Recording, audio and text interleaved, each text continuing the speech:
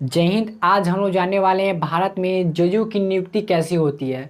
Supreme court में जज बनने के लिए क्या योग्यता होनी चाहिए।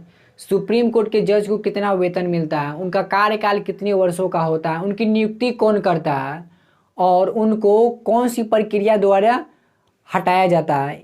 इन सारी टॉपिक पर आज बात करते हैं। चलिए शुरू करते हैं। पहले हम यह समझते हैं सुप्रीम कोर्ट में कितने जज होते हैं। टोटल टोटल जज होते हैं, कुल जज होते हैं 33+1 सीजीआई। सीजीआई का मतलब होता है chief justice of India, Bharat का मुख्य न्यायाधीश, चीफ जस्टिस ऑफ इंडिया। तो 33 जज होते हैं और एक सीजीआई होता है, उन सभी का हेड होता है। तो 33+1 पूरे कुल कितने हो गए, 34 हो गए। पूरे जजों की संख्या सुप्रीम कोर्ट में 34 होते हैं। और जब पहले क्या होते थे, पहले 7 ही रहते थे और अब वर्तमान में कितने हैं, वर्तमान में 34 है। योग्यता अब समझते हैं सुप्रीम कोर्ट में जज बनने के लिए योग्यता क्या है, न्यायाधीश बनने के लिए योग्यता समझते हैं।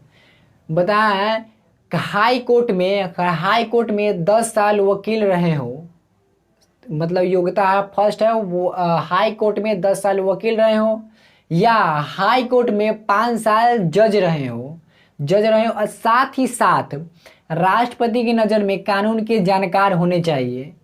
ये दोनों तो ये इसमें से एक दोनों में से कोई एक मैंडेटरी है, लेकिन इस सब के साथ में ये भी होना चाहिए, राष्ट्रपति की नज़र में कानून के जानकार होने चाहिए।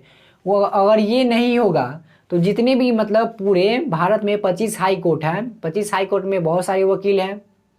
देखिएगा जब जाइएगा ना तो क्या काला कोट पहन लेगा, टेबल बेंच में बैठा रहता है, लगा खटखटवा मशीन लगा के ये टाइप करता है।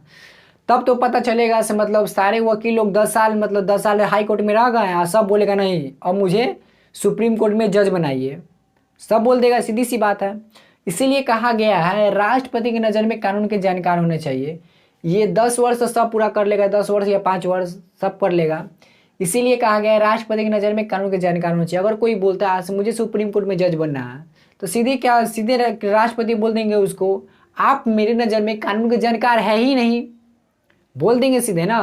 राष्ट्रपति सीधे बोल देंगे आप मेरी नज़र में कानून के जानकार है ही नहीं, छट गया है। लेकिन हम उनकी बात क्यों माने, क्योंकि राष्ट्रपति भी तो कानून के जानकार नहीं है। जो भी वर्तमान हमारे राष्ट्रपति है द्रौपदी मुर्मू, वो भी तो कानून के जानकार नहीं। तब क्या करते हैं, राष्ट्रपति कोलोजियम से सलाह लेते हैं। अब इनसे अब ये समझेंगे, कोलोजियम से अपना राय विचार लेंगे। अब समझते हैं कोलोजियम व्यवस्था क्या है। क्या समझते हैं कोलोजियम व्यवस्था क्या है, समझते हैं। सुप्रीम कोर्ट के 5 सीनियर जज को सुप्रीम कोर्ट के 5 सीनियर जज को कोलोजियम कहते हैं। क्या कहते हैं, कोलोजियम। इन्हीं के तहत सीजीआई जो मुख्य न्यायाधीश होते हैं वो अगले मुख्य न्यायाधीश का चुनाव करते हैं। से अगला सीजीआई कौन होगा, जैसे 49वें कौन थे, यूयू ललित थे। उन्होंने डिसाइड किया से 50वां सीजीआई कौन होगा, तो उन्होंने डीवाई चंद्रचूड़ को बनाया। तो वही कहते हैं 5 सीनियर जज क्या कहते हैं, 5 सीनियर जज को कहते हैं कोलेजियम व्यवस्था करते हैं। और यही डिसाइड करते हैं से अगला सीजीआई कौन होगा। और 33 जज हैं, उन 33 जज में किसको शामिल किया जाएगा, इसी को कहते हैं कोलेजियम व्यवस्था कहते हैं। तो राष्ट्रपति इसका राय मानने के लिए बाध्य होते हैं, क्योंकि कोलेजियम की व्यवस्था मतलब कोलेजियम व्यवस्था से ही किसी भी जज की नियुक्ति होती है। नियुक्ति तो राष्ट्रपति करते हैं, लेकिन चुनाव कौन करते हैं, कोलेजियम व्यवस्था सुप्रीम कोर्ट के 5 सीनियर जज करते हैं। जिसे अभी एक मतलब ईडब्ल्यूएस पर आरक्षण के लिए आया था, आप लोग देखे ही होंगे। 5 जज थे ना, वही हो गए, वही 5 सीनियर जज वही अगले सीजीआई का चुनाव करते हैं। चलिए अब समझते हैं से कोलेजियम। अब समझते हैं इनकी नियुक्ति कौन करता है, इनकी नियुक्ति करता है राष्ट्रपति, इनकी नियुक्ति करते हैं। ये डिसाइड कर ले अगला सीजीआई है, लेकिन नियुक्ति कौन करता है, राष्ट्रपति करता है। लेकिन कोलेजियम व्यवस्था में क्या है हम बताते हैं।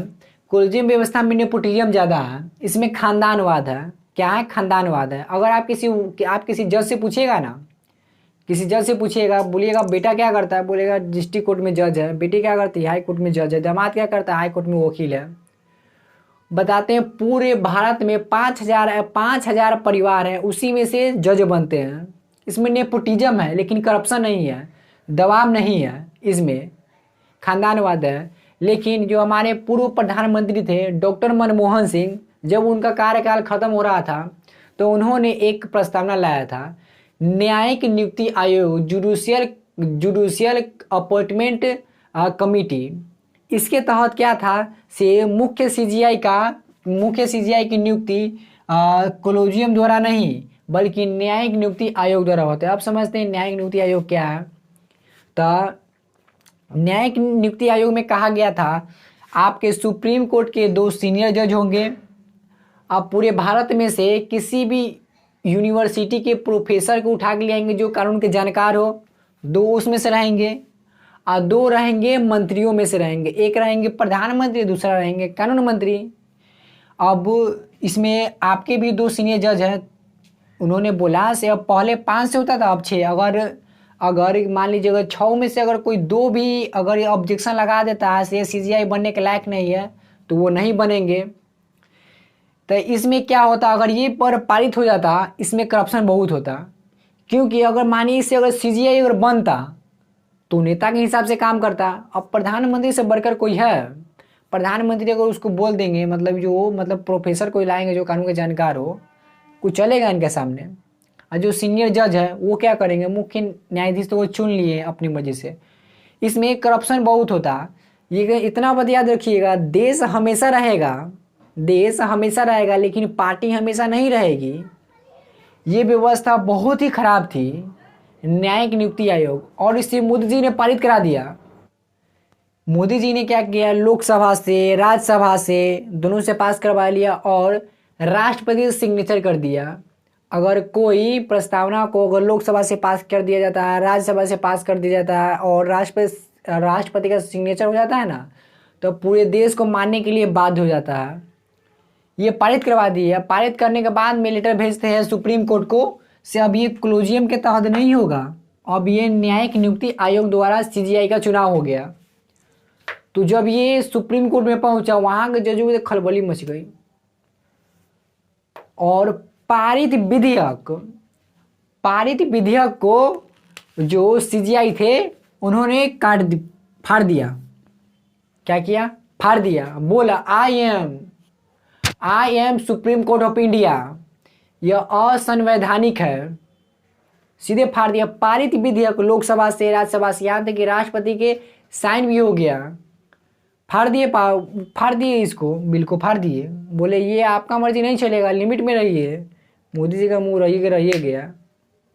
सुप्रीम कोर्ट के पास बहुत पावर होता है। एक डिस्ट्रिक्ट जज दिखा देगा, आईएएस को दिखा देगा क्या है। आईएएस को कहते हैं डीएम को, एसपी को लाइन लगले रहता है डीएम एसपी को। एक डिस्ट्रिक्ट जज झाड़ देते हैं उनको। लेकिन बताते हैं अगर ये विधेयक अगर आ जाता ना, ये आ जाता था, बहुत ही करप्शन हो जाता, बहुत ही करप्शन। लेकिन क्या है, कोलोजियम में नेपोटिज्म है, खानदानवाद है, लेकिन इसमें करप्शन नहीं है, इसमें दबाव नहीं है। इसमें क्या है, कोलोजियम नहीं है। अगर इसमें करप्शन होता ना, करप्शन इसमें होता तो आसाराम था, क्या उसके पास पैसे की कमी थी? राम रहीम, क्या उसके पास पैसे की कमी थी? सलमान खान जानवर के कुचल के चला गया, क्या उसके पास पैसे की कमी थी? संजय दत्त, क्या उसके पास पैसे की कमी है? लालू, सब छोड़िए, लालू यादव चारा घोटाला किया था उतना का, जिस जेल का वो उद्घाटन किया था उसी जेल में डाल दिया गया। क्या पैसे की कमी थी? नहीं थी किसी के पास पैसे की कमी। लेकिन अगर ये विधेयक आ जाता तो बहुत करप्शन बढ़ जाता, बहुत ही।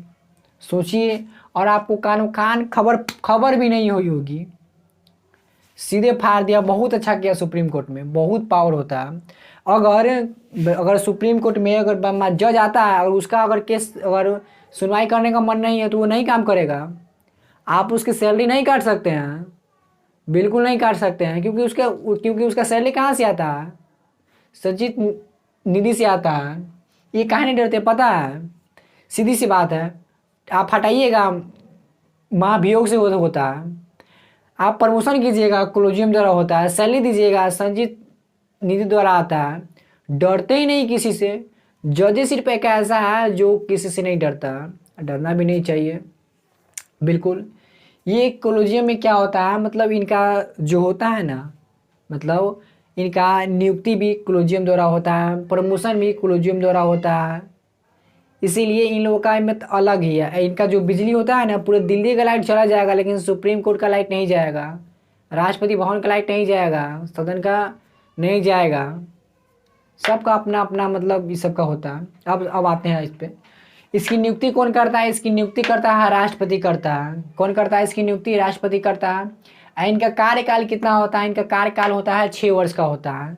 6 वर्ष और आयु कितनी? 65 वर्ष। जैसे प्रधानमंत्री का जो पद होता है कितने वर्षों के लिए होता है? 5 साल के लिए होता है ना, 5 साल। वैसे ही 6 साल के लिए होता है। और आयु कितनी होती है? 65 साल। जो हमारे पूर्व CGI थे UU ललित, वो 9 नवंबर को 65 साल हो गए और वो रिटायर कर गए। और 8 नवंबर को रिटायर कर गए। और 9 नवंबर को कौन बन गए? तो DY चंद्रचूड़ बन गए। और वो भी 2 साल रहेंगे। वो 2 साल के बाद वो भी 65 साल के हो जाएंगे, तो वो भी रिटायर हो जाएंगे। तो वही उनका कार्यकाल है 6 वर्ष और आयु कितनी है? 65 वर्ष। अब समझते हैं इनका वेतन कितना होता है। जो 33 न्यायाधीश होते हैं ना, 33 न्यायाधीश, उनकी सैलरी होती है 2,50,000। कितनी होती है? 2,50,000। और जो मुख्य CGI होता है, chief justice of India, Bharat का मुख्य न्यायाधीश, उनका होता है 2,80,000 होता है। कितना होता है? 2,80,000। वर्तमान CGI DY चंद्रचूड़ है जो 50वें हैं। और 49वें कौन है? 49वें हैं UU ललित। और 48वें कौन है? तो NV रमन्ना। 48वां होगा NV रमन्ना, 49वें होगा UU ललित, 50वें हो गए DY चंद्रचूड़। आइए कब? अगले 2 साल तक ले रहेंगे, मतलब 10 नवंबर 2024 तक ले रहेंगे। और जजों को, सुप्रीम कोर्ट के जज को, न्यायाधीश को कैसे हटाया जाता है? तो उनके लिए महाभियोग जैसी प्रक्रिया लाई जाती है। और अभी तक एक मुख्य CGI थे रामास्वामी। क्या थे? नाम था उनका रामास्वामी था। उनके केस में क्या हुआ? उनके केस में महाभियोग जैसी प्रक्रिया लाई गई थी, लेकिन पारित नहीं हुई थी। एक बार एग्जाम में पूछ भी दिया था, BPSC के एग्जाम में, किसी से सुप्रीम कोर्ट के वो कौन सा जज है जो जिसके लिए महाभियोग जैसी प्रक्रिया लाई गई थी लेकिन पारित नहीं हुई थी? उसका नाम था रामास्वामी था। क्या था? रामास्वामी। अब क्या करेंगे जज? अब त्याग पत्र किसे देंगे? तो त्याग पत्र देंगे राष्ट्रपति को देंगे। आई होप कि अच्छे ढंग से ये टॉपिक समझे होंगे। अब मिलते हैं नेक्स्ट क्लास में। जय हिंद।